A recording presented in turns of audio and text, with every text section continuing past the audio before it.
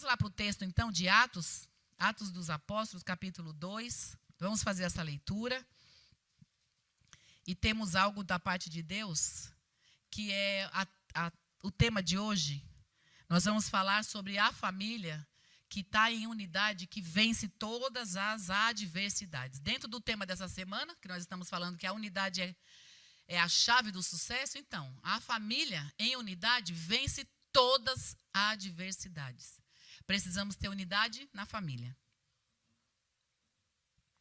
Nós vamos começar lendo esse texto, Atos 2:42, que diz assim: mesmo tendo na tela, abra a sua Bíblia e acompanhe e faça seus apontamentos, suas anotações. Todos se dedicavam de coração ao ensino dos apóstolos, à comunhão, ao partir do pão e à oração. Havia em todos eles um profundo temor, e os apóstolos realizavam muitos sinais e maravilhas.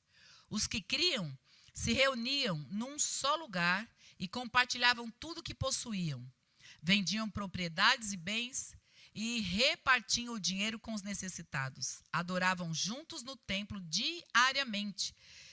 Reuniam-se nos lares para comer e partiam o pão com grande alegria e generosidade, sempre louvando a Deus e desfrutando a simpatia de todo o povo. E a cada dia o Senhor lhe acrescentava aqueles que iam sendo salvos. Amém? Glória a Deus. O tema dessa tarde, estamos falando de família, porque essa tarde é a proposta, às quartas-feiras, é estarmos voltando a palavra para falarmos de família, para batermos nessa tecla, né? Sabemos que o próprio inimigo, ele, quando luta, quando ele começa a fazer os planejamentos dele, ele deseja destruir a família, porque a partir da família é que a sociedade fica do jeito que está, né? Nós estamos vendo. Hoje as pessoas não sabem mais na família quem manda, quem faz, quem tem que obedecer. Na verdade, todo mundo manda e ninguém obedece. É uma bagunça nas famílias, né? Nós estamos falando da sociedade no geral. Por quê? Porque é o intuito do maligno destruir exatamente algo que Deus fez com tanto amor e o que ele inventou no começo. Criou o homem, criou a mulher e mandou multiplicar, ou seja, fazer uma família, né? A partir de uma família. Então, essa palavra unidade, nós estamos exatamente pensando assim, pelo tema que eu coloquei, seguindo o tema da semana, pensando assim, qual é a família que está unida, que vai ser desmontada, que vai ser desmantelada. A gente até passa uns reveses, né? Todo mundo que está aqui certamente já passou. Situações que achava que não ia dar mais, imagina, não dá mais, não tem mais jeito. E ainda mais hoje, né? Dentro das formas como as famílias estão sendo formadas e da maneira como hoje a sociedade está deixando, né, a própria criança ou adolescente cheio de não me toques, não me reles, tudo ai, coitadinho, coitadinho, é aquela geração, né, que eles falam, geração Nutella, que tudo não aguenta, não pode passar dificuldade, então é um tal de, não vou aguentar desaforo, e tantas outras coisas, imagina. Imagina os mais velhos que estão aqui pensando nisso, né? Quantas situações, né? Eu vou fazer 30, acho que é 39 ou 40 anos, já me perdi nas contas, mas por aí, 39 anos eu acho já de casado. Imagina, nem tudo foram flores, imagina, foi mais pedra do que flor. Mas é uma construção de pedras, né? Tem que ter uma construção, tem que ter o alicerce.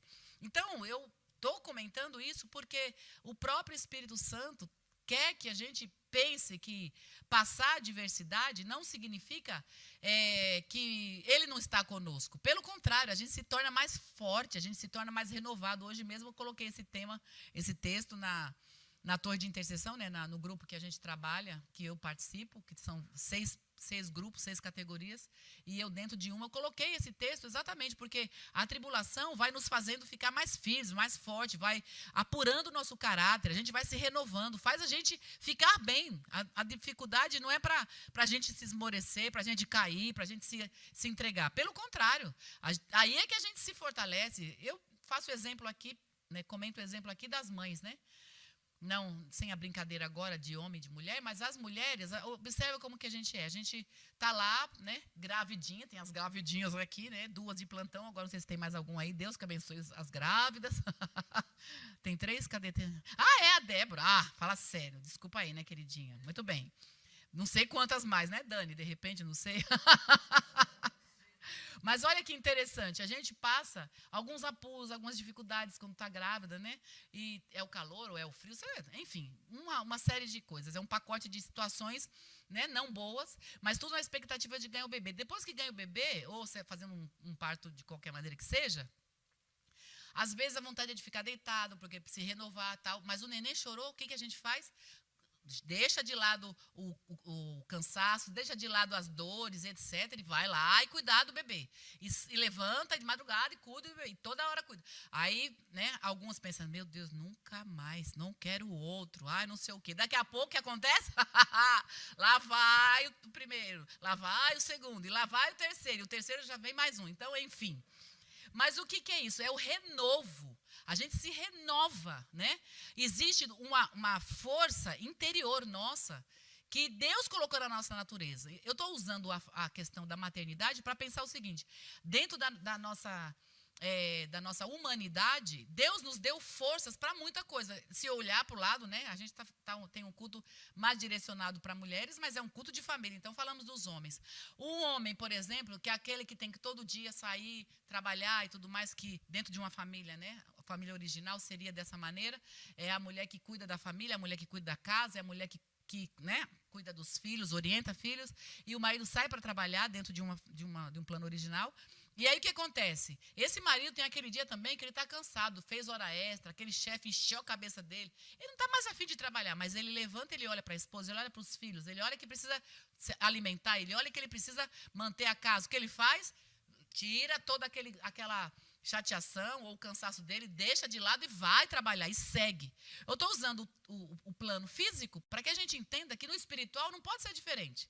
Então, a gente se renova. Quando passa por lutas, por dificuldades, adversidades na família, é para a gente se manter. Porque a unidade faz a mulher e o marido juntos, eles passando pela luta, os filhos estão vendo. A adversidade, geralmente, né?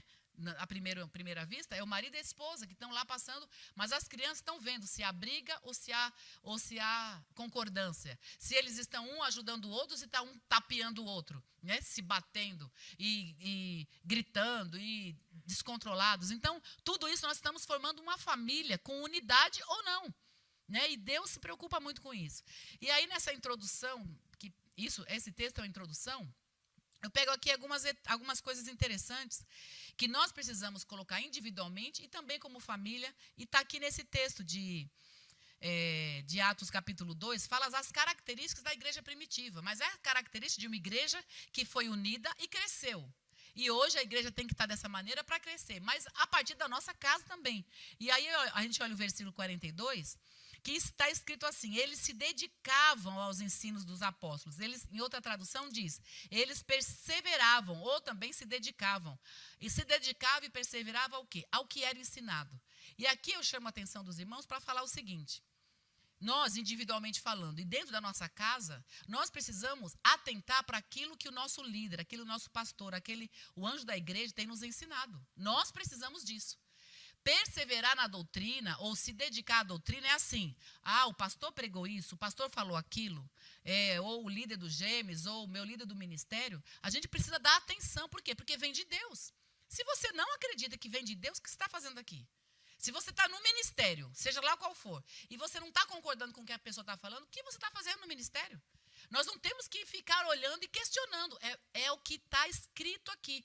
Eles perseveravam, eles se dedicavam a tudo que era ensinado, e eles perseveravam, eles se dedicavam também a quê? A comunhão, a estar juntos. E eles se dedicavam, eles perseveravam na oração. Então, olha, são 3 coisas que nós precisamos atentar. Estamos assim? Ou tudo porque hoje em dia tudo é relativo.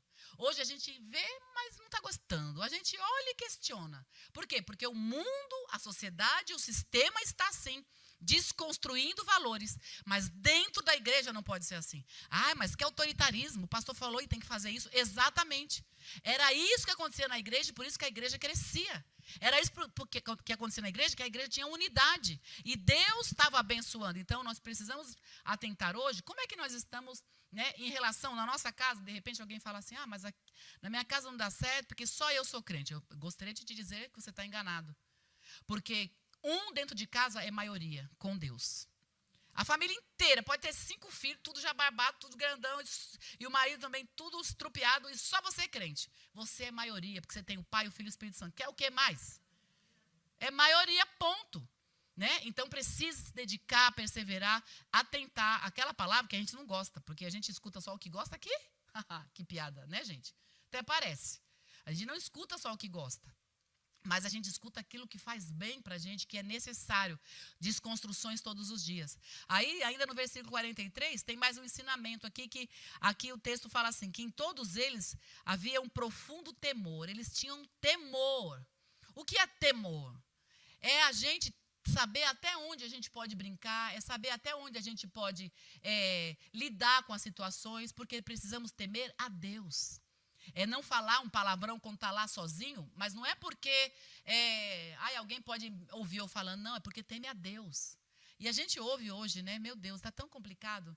A gente lida com pessoas, daqui a pouco, eu mesmo, né?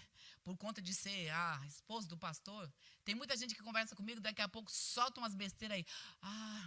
Tipo assim, né? Tá na igreja e solta comigo. Aí lembra, não, porque é a Léo, entendeu? Se fosse, por exemplo, se for as filhas, aí tudo bem, solta besteira e fala. O temor faz a gente não falar bobagem, faz a gente tomar cuidado com o comportamento por causa do Senhor. Sabe, o Senhor é santo, o nosso Deus é santo. A gente toma cuidado, tem temor, até com um tipo de roupa que vai usar. Por quê? Porque está todo mundo usando um monte de coisa. Peraí, mas eu posso usar desde que não vai constranger o meu Deus. Porque as pessoas estão olhando para a gente, hoje foi até engraçado, que nunca aconteceu mesmo. Eu achei até, gostei até. Tem uma pessoa lá no prédio, a gente quase não conversa, né? Que ninguém conversa mais, a gente sobe e desce, nem conversa com ninguém. Mas tem uma senhora que está, por conta do meu prédio, da vizinha de porta, que está muito, muito idosa e tal. Aí os filhos tiveram que colocar, teve um AVC, não lembro o que ela teve, e ela foi colocada numa casa de repouso, então está vendendo as coisas, e por conta disso a vizinha vem para vender e tal. Eu acabei conversando com ela e tal, uma vez ou outra, e hoje, por acaso, na hora que eu saí para vir para cá, ela descendo para ir para a academia, né, toda já preparada para a academia, ela me olhou, a gente conversou um pouco, pode entrar, porque ninguém entra nos elevadores, está todo mundo preocupado e tal, mas agora começaram a tirar um pouquinho, né, do estresse, por causa da vacina, e a maioria é tudo velhinha, do jeito que eu sou, imagina, eu sou uma das mais jovens lá, imagina como que é o povo lá, né? Eu sou uma das mais jovens. Aí ela, pode entrar? Eu falei, claro, por favor, tá, ela entrou. Aí conversamos banalidades, né, coisas, amenidades, melhor dizendo, aí ela falou assim, nossa, para onde você vai? Aonde que você está indo desse jeito? Eu falei assim, eu pensei, que benção, que pergunta maravilhosa. Aí eu falei, eu estou indo para a igreja.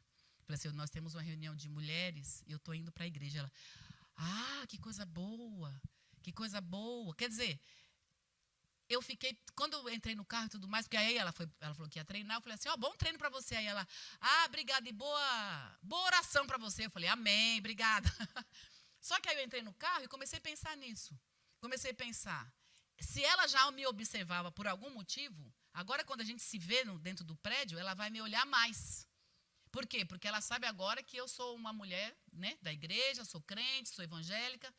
E isso nós temos que atentar, irmãos. Ainda que o mundo esteja do jeito que está, igrejas dando mau testemunho, gente pintando os canecos, nós temos que ter temor. Eu não deveria gastar tanto tempo falando sobre isso, mas o Senhor sabe todas as coisas. Precisamos continuar mantendo a nossa vida alinhada, ilibada na palavra, independente dos outros. Se os outros são corajosos para fazer o que não presta, nós temos que ser corajosos para dizer assim, eu não. E não desfazer de ninguém, mas a gente não, né? Temor, e o Senhor que aplique o Espírito Santo no coração de cada um na sua individualidade. Versículo 44 fala que eles estavam reunidos num só lugar. Quem estava no domingo sabe que nós ouvimos sobre isso. Além de falar a mesma língua, precisamos estar unidos fisicamente. É o que o texto lá, quando iam fazer a Torre de Babel, eles estavam lá falando a mesma língua, mas eles estavam em unidade física. O texto aí no versículo 44 diz: eles estavam reunidos num só lugar. O que significa isso? Significa é o que a gente está fazendo hoje. É o que a gente faz na quinta, é o que a gente faz no domingo de manhã, de noite, é o que alguns fazem aqui também nos cultos, que a gente também está abrindo aí a oportunidade, os cultos no lar. Os GEMs, são reuniões de GEMs, são os ministérios. A gente tem que estar junto, né? Essa comunhão, precisa ter uma comunhão física. O texto aqui diz isso. Eles estavam juntos. E o que me chama a atenção em relação a isso, é que eles estavam juntos e o texto, ainda no versículo, eu vou pular o 45 para falar o 46, que tem a mesma conotação, mas olha que interessante. No 46 diz, adoravam juntos no templo diariamente. Além de estar fisicamente, é diariamente. Aí a gente vai falar aqui, Leonor, mas a gente não tem como vir para a igreja todo dia. Eu entendo, claro que não. Muita gente mesmo hoje aqui nesse horário não está aqui, né? Alguns estão porque estão em escala de trabalho e hoje é a folga, né, Ju? A Ju eu já sei que é assim. Outros não podem estar porque estão trabalhando. Então, não é o diariamente para ter que estar em todas as coisas. Eu também não estou em tudo. Mas esse versículo 46, ele está dizendo sobre hábitos regulares. O Espírito Santo colocou isso no meu coração. Eu não preciso estar todo dia na igreja. Claro que não. Eu tenho também, né? Cada um tem sua vida, seus afazeres, nossos compromissos. Vocês trabalham, eu também trabalho. Fora trabalhar em casa, a gente tem alguma coisa para fazer também em relação ao nosso trabalho, a maioria que tem. Mas o que Deus está falando nesse versículo 44, junto com 46, é exatamente isso. Estar junto fisicamente e o diariamente significa ter hábitos regulares. Hábito regular, irmãos. Faz tempo que eu não escuto isso, mas eu vou dizer uma coisa que faz tempo que eu não escuto. Hábitos regulares não é estar apenas no segundo domingo do mês e nunca mais estar na igreja. Vocês entendem o que eu estou dizendo? Todo mundo tem hábitos. Ah, mas irmã, eu tenho hábitos regulares. Léo, o que você está falando? Todo segundo domingo do mês eu estou na ceia. Pois é, isso é ser religioso. E o Senhor está dizendo aqui que a unidade não é na religiosidade, é a unidade nos bons hábitos. É pelo menos estar nos cultos oficiais da igreja. É pelo menos você estar numa reunião de gêmeos onde a gente tem o quê? Afinidade, onde a gente às vezes pode não concordar com algumas coisas. Imagina, eu não tenho muita dificuldade com a maioria que está aqui. Por quê? Porque a gente não convive. Agora, de vez em quando, a gente tem assim, uns entraves com a filha, com a outra filha, uma coisa que a gente não concorda. Por quem? Às vezes com quem é dos gêmeos, né, Lucinha? Às vezes tem coisa que começa a falar, a gente, opa, não estou gostando disso. Por quê? Porque a gente está mais tempo junto. Mas é muito melhor estar mais tempo junto e ter alguma entrave do que simplesmente não fazer parte. Então, é isso que Deus tem nos colocado nessa tarde para entender. Passos que nós, participantes de uma família, precisamos ter esses hábitos, essas características para ter unidade. Até aqui, amém, queridos? No versículo 45, ele fala sobre a questão da ajuda, né? O versículo 45 diz assim: vendiam suas propriedades e bem repartiu o dinheiro com os necessitados. Aqui, eu já cheguei a ouvir, não hoje, não aqui na igreja, mas a outra igreja que a gente congregou, eu ouvi alguns, não, aqui no começo também escutei isso, que aqui não aceitavam. Pessoas que diziam assim, a igreja não é uma coisa certa, não. Porque tem uns irmãos que têm uma dificuldade, que moram em umas casinhas simples, e tem outros irmãos muito ricos. Cadê colocar em prática essa palavra? Pois é. Quando a gente não entendia, eu e Joel, né? Eu vou falar da nossa experiência. A gente não entendia, a gente achava que tinha que ser mais ou menos assim. Meu Deus, quanta bola fora. Eu lembro de um que ficou assim marcado. Chegou um rapaz na porta da igreja, a gente morava no fundo. Imagina o Joel, jovenzinho, com 21, 22 anos. Eu com 18, 19 anos também, não tinha nenhum filho ainda. Não foi logo que ele foi para o ministério. E aparece esse rapaz, batia na porta, com a cara de crente, de gravata. Sabe aquela cara de crente que hoje a maioria de nós não tem aqui? Pois é, quem olha meus bandos lá, que diz que eu, né? Em alguns casos, mas deixa para lá, né? Então, todo com cara de crente e tal, dizendo que gostaria muito que a gente recebesse. Tal. O resumo do resumo é que ele disse que tinha um órgão para vender na época. Ó, imagina, viu como eu sou antiga? Não era nem teclado, era um órgão. Meu Deus! Enfim, o resumo. Aí a gente botou para dentro, o Joel mandou fazer comida pro cara, eu fiz comida, ele ficou dentro da minha casa, então tomou banho no nosso banheiro. E falou que tinha um órgão, não sei aonde, o Joel, e ele também estava sem condição, não sei o que. O resumo do resumo, sem dinheiro, sem condição nenhuma, uma igreja pequena. Nós, o tempo todo ali só na igreja, o Joel não trabalhava, né, depois ele veio trabalhar fora, porque a igreja era bem pequena, mas enfim, acabamos sendo assim, perdemos dinheiro, coisa que a gente nem tinha. O Joel fez um empréstimo, se não me engano, para comprar o... E ele tocou, ainda ele fez o Joel levar ir no lugar lá. O Joel, ele tocou o órgão, disse que ia comprar. Bom, resumo do resumo, roubou a gente, na cara dura, assim, na boa. Por quê? Porque ele veio dizendo que não tinha condição, que não sei o quê, que queria participar com a gente e tal. Então, a gente acabou acreditando nessa conversa. E eu estou trazendo isso para dizer o seguinte, queridos. Esse texto não está dizendo... Aquela época é uma época diferente de hoje. Né? No sentido de que tinha aquelas pessoas que estavam sem condições e tinha outras pessoas que não tinha propriedade, então se ajudavam mutuamente, porque era deserto, porque era um lugar que não tinha como hoje. A gente tem nossas casas, a gente tem nossas habitações. Mas hoje, o que a gente faz? O que o pastor Carlos com a Sueli, com o grupo do GEAS faz? Hoje tem toda uma estrutura que a gente não vai ficar tirando, por exemplo, de alguém que tem para dar, mas de outra maneira, o que a gente faz hoje? A gente ajuda com o que é necessário, com as necessidades básicas. Então, quem tem uma necessidade básica da falta do alimento, o que acontece? A gente vira e mexe, vê a Sueli, hoje não era do culto, mas depois do culto vem gente, pede, irmãos da igreja na maioria, não é isso? Pessoas de fora também, então a gente procura dar essa ajuda. Essa parte a gente não pode confundir.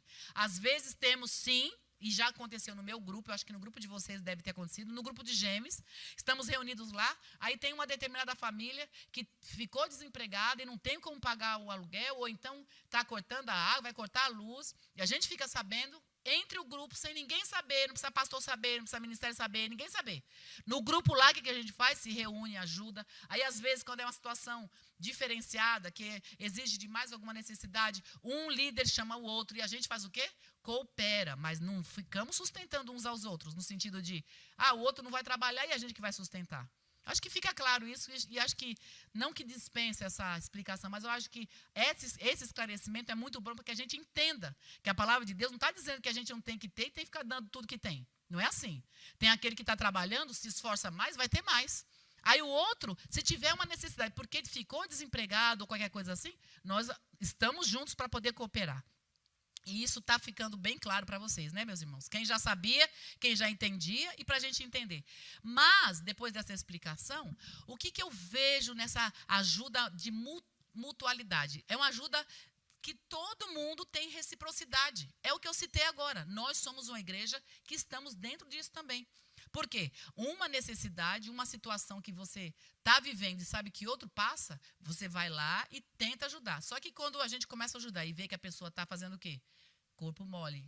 Isso não acontece na nossa igreja jamais, tá, irmãos? É na igreja do bairro, dos bairros aqui em volta, isso acontece. Aqui nunca. Ninguém, para se aproveitar, imagina, de jeito nenhum. Mas a gente tem que estar bem acordado para isso. Quando a gente tem irmãos que são irmãos da misericórdia mesmo, que estão sempre cuidando, observando, mas a gente tem que ter esses cuidados. De uma igreja para outra muda a maneira, de uma igreja para outra muda o comportamento, e nós estamos aqui vendo que nós somos bíblicos. Não saímos disso. E isso tudo, o que isso tudo tem a ver com a unidade? Tudo tem a ver com a unidade. Nós estamos aqui falando de corpo, aí agora a gente pega e bota tudo isso dentro da família. A gente vai pensar na família, a gente vai pensar como agir na família. Mas antes disso, eu quero falar no versículo 47 com vocês. O último versículo que a gente vai ver nesse texto de Atos, está dizendo o quê? Que Deus acrescentava, o Senhor acrescentava. Dentro desse contexto, o que Deus fazia? O povo estava junto, tinha comunhão, né? Todo mundo repartia o pão, estavam sempre juntos, e Deus, olhando a maneira como a igreja vivia, Deus mesmo tinha o cuidado de falar, não, tem alguém se convertendo, eu vou colocar naquela igreja. Aquela igreja, eles estão cuidando um do outro. Então, Deus é que dava o crescimento. Olha que interessante, quando a gente pensa em unidade, nós temos que pensar que temos que fazer o nosso papel. A gente não precisa correr atrás de outras coisas. Temos que ter unidade e fazer o que Deus está mandando a gente fazer. Porque quem abençoa é Deus. Às vezes, no meio da família, vou entrar na questão de família, às vezes na questão da família, alguém está andando com Deus, está vivendo, que nem eu falei aqui, pode ser que esteja um só crente e o resto da família toda não é, mas a gente fica tentando converter. A gente faz de tudo para converter o outro. Queridos, nosso papel não é converter ninguém, nosso papel é fazer o que Deus manda fazer. tem ordens. O pastor prega, a igreja tem alguém que está ministrando, está ensinando. O nosso papel é obedecer o que a palavra diz. Unidade tem passos. E está aqui alguns passos. Nós temos que agir desse jeito. E Deus é que vai converter, Deus é que vai quebrar o coração, Deus vai mudar a situação, Deus vai fazer as pessoas mudarem o jeito de ser, Deus muda. Quantas situações que a gente tem testemunhos aqui que a gente sabe. E aí, para a gente encerrar, nós vamos falar algumas coisas aqui sobre família, exatamente sobre família, porque a gente sabe que o ponto principal e inicial para os ataques espirituais do maligno, já falei isso, estou repetindo, é na família. Se ele destrói a família, ele destrói a sociedade. Nós estamos vendo como a família está ficando. Então, Deus está mais interessado na família, na sua família, que ela vá bem do que eu e você. Sua família está com problema? Sua família está com dificuldade? Eu quero dizer para você, faz o que Deus está dizendo para fazer. Cumpra o seu papel, porque Deus está mais interessado em abençoar a sua família. Amém? Vamos lá, vamos agora para Pedro, primeiro livro de Pedro, capítulo 3, versículo 1 e 2, nós vamos ler. Pedro é um texto bem interessante, né? Que fala dos papéis, né? Da maneira como a gente tem que agir, os homens e mulheres. Mas eu só vou falar desses dois versículos, na verdade. Nós vamos pensar aqui sobre essa unidade na família que vence todas as adversidades. Primeiro, você pôs na tradução de NVT, né, Cris? Então, vamos lá. Só os dois versículos, 1 e 2, que diz assim. Já encontraram? Primeira carta de Pedro 3, versículo 1 diz assim: da mesma forma, vocês, esposas, sujeitem-se à autoridade do seu marido, assim que ele se recusa a obedecer a palavra, será conquistado por sua conduta, sem palavra alguma, mas por observar seu modo de viver puro e reverente. Então, aqui eu quero me apegar a duas palavras. A primeira na outra tradução, fala sobre que a mulher ganha o seu marido no seu comportamento honesto. A mulher que é crente e o marido não é crente. E aqui a gente pode pensar no filho que é crente e os pais não, e assim por diante. Não vou gastar tempo com isso. O texto aqui eu quero destacar para nós pensarmos, queridos, sobre a forma de a gente agir. Algum tempo atrás, algumas semanas atrás, a gente até usou usamos uma frase, mas tinha uma tela que a gente falou sobre que a palavra convence, mas o exemplo... ainda bem que tem alguns que lembram disso. Falar, a gente até se convence com a fala, mas o exemplo carrega a pessoa. E o que o Espírito Santo está trazendo para nós nessa tarde, sabe o que é? Está faltando honestidade no nosso meio. Está faltando honestidade na família. O Espírito Santo diz aqui nesse texto que a mulher pode ganhar o marido, na outra tradução diz aqui, ó, o marido será conquistado por sua conduta, observando o comportamento honesto e cheio de temor. É outra tradução que eu me apeguei, por quê? Porque a palavra honestidade, o que é ser honesto? Honestidade está relacionado a ter uma moral irrepreensível. Ser franco, ter franqueza, ter transparência e ter sinceridade. Aí eu fico lembrando das irmãs aqui que falam do sincericídio. O ser sincero e falar o que vem na cabeça, falar o que a pessoa merece, isso não é uma fala que vai construir. Pessoas sinceras, no sincericídio que usam por aqui, não é uma pessoa sincera que quer edificar, e sim destruir mesmo. Porque não está nem aí, não está nem pensando. Agora, o Senhor está nos chamando a atenção. Sabe o que veio na minha mente, queridos? A gente fala isso bastante também aqui.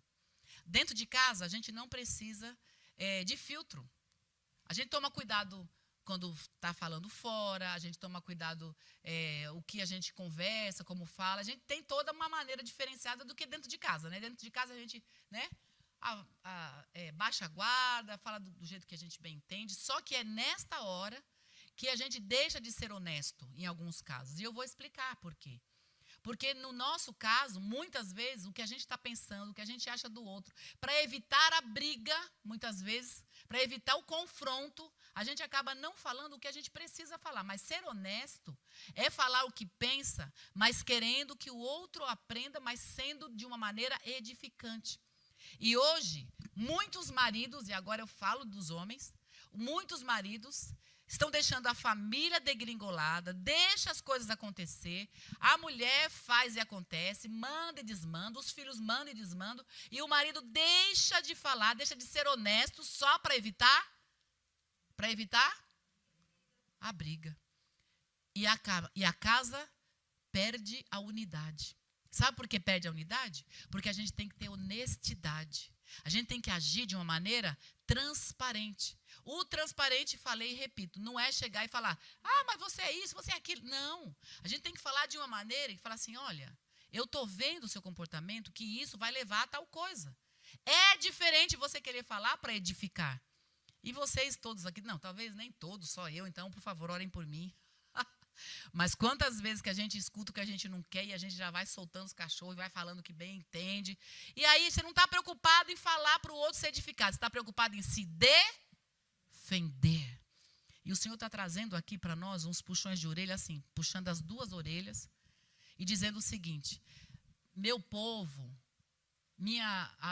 as famílias da igreja, minha filha, meu filho, às vezes, não está vencendo em unidade, não está andando, caminhando, coisas não estão indo bem, sabe por quê?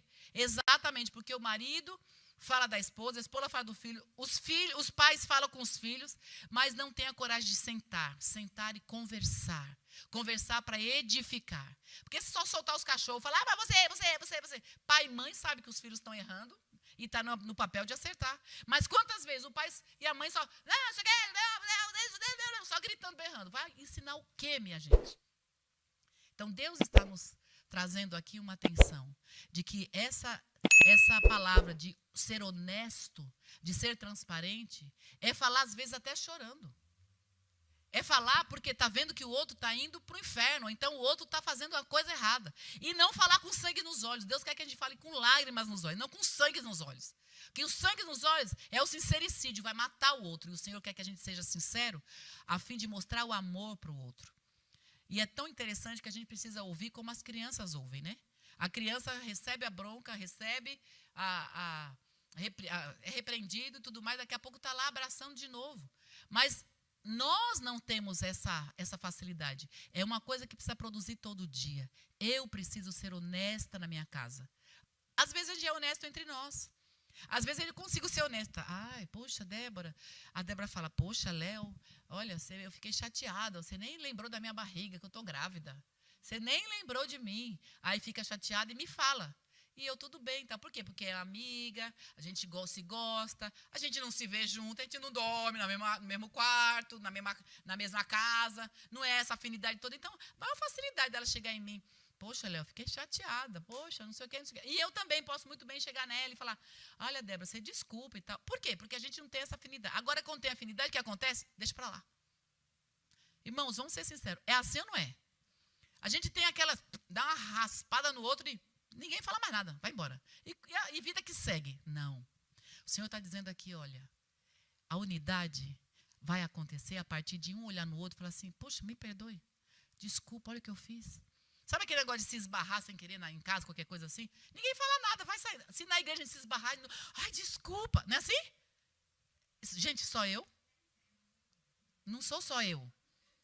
Não sou só eu. Nós, humanos, nós, pessoas de carne e osso, nós precisamos todo dia abrir os olhos, que não é porque é o marido, não é porque é a esposa, não é porque é os filhos, que é tudo de qualquer jeito. E com os outros a gente tem todos os conformes. Os conformes precisam ser dentro de casa primeiro. Essa honestidade que o Senhor está dizendo, de chegar e dizer com desejo de ver o outro bem, e não com desejo de ficar bem, porque nós temos essa defensiva sempre. Amém, queridos? E Deus tem nos trazido essa palavra, nessa questão de entendimento, porque tem 2 textos aí que eu quero ver com vocês. O primeiro é de Provérbios 15:3, que diz assim, Deus está vendo tudo aquilo que os olhos humanos não veem. Cadê o texto? Os olhos do Senhor estão em todo lugar, observando tanto os maus como os bons. Tudo que eu e você pensamos, sentimos e não falamos, Deus está vendo. Então a gente precisa tomar cuidado com isso, porque quem é honesto, é honesto. E se a gente não é honesto, a gente precisa reconhecer e pedir perdão a Deus. Tudo começa no pedido de perdão. E o outro texto, que é logo depois desse, é o versículo 4 de Provérbios 15.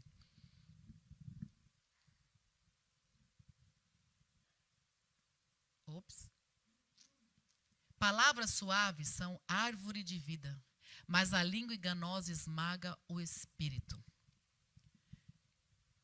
Eu vou dizer, eu não vou falar para vocês falarem, vocês vão falar se quiserem. Porque eu,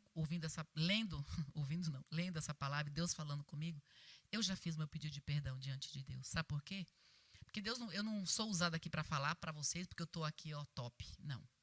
Eu olhei para tudo isso e falei, Senhor, eu preciso pedir perdão. Então eu posso falar agora isso. Olha aqui, cadê? Volta lá, que eu não abri aqui na minha. Volta o texto, por favor, Cris. Palavras suaves são árvore de vida. Eu preciso ter palavras suaves dentro da minha casa. Eu preciso.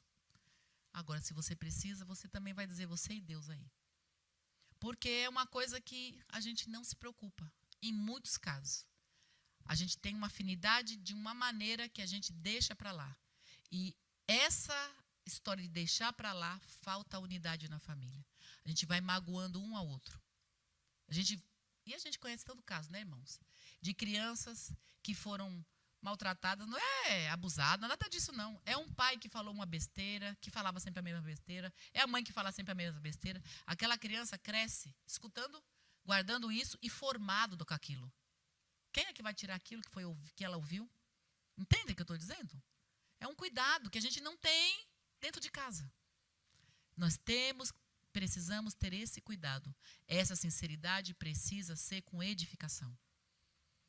Para ter unidade. Famílias com unidade. Todo um comportamento que a gente viu no começo agora de Atos, Deus trazendo para nós. Tudo isso precisa gerar em torno de honestidade. Talvez alguns de nós aqui vamos precisar sair daqui e pedir perdão para alguém que nem está com a gente. Que nem mora mais, de repente, o filho que já saiu de casa. Vamos ficar em pé, queridos? Eu vejo aqui, em outra tradução, o versículo 4 do capítulo 15, que diz assim: o falar amável é árvore de vida, mas o falar enganoso esmaga o espírito. Esse falar enganoso, o que está querendo dizer esse enganoso?